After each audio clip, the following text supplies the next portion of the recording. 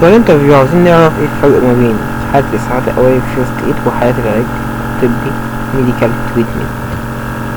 بعد الكومنتات اللي كانت عندي، الإسعافات الأولية إن أنا أبدأ أساعده وأبدأ أنقله في مكان بعيد عن الخطر،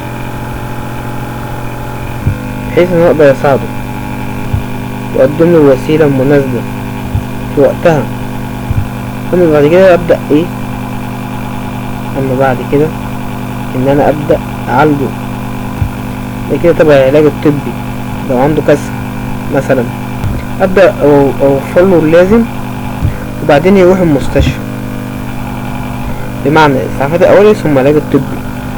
كومنت تاني، الإسعافات الأولية ده علاج مؤقت بيحصل في الموقع وفي منطقة العمل، يعني حاجة مؤقتة جدا على قد إمكانيات اللي موجودة، سواء في الريسك، معلش يا جماعة معلش، سواء في الريسك ايد بوكس أو سواء منطقة العمل أو سواء داخل منطقة العمل.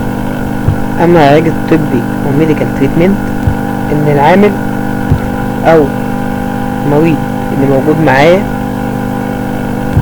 بنقله للمستشفى وياخد العلاج بتاعه، تبقى حاجة لوجيك شوية.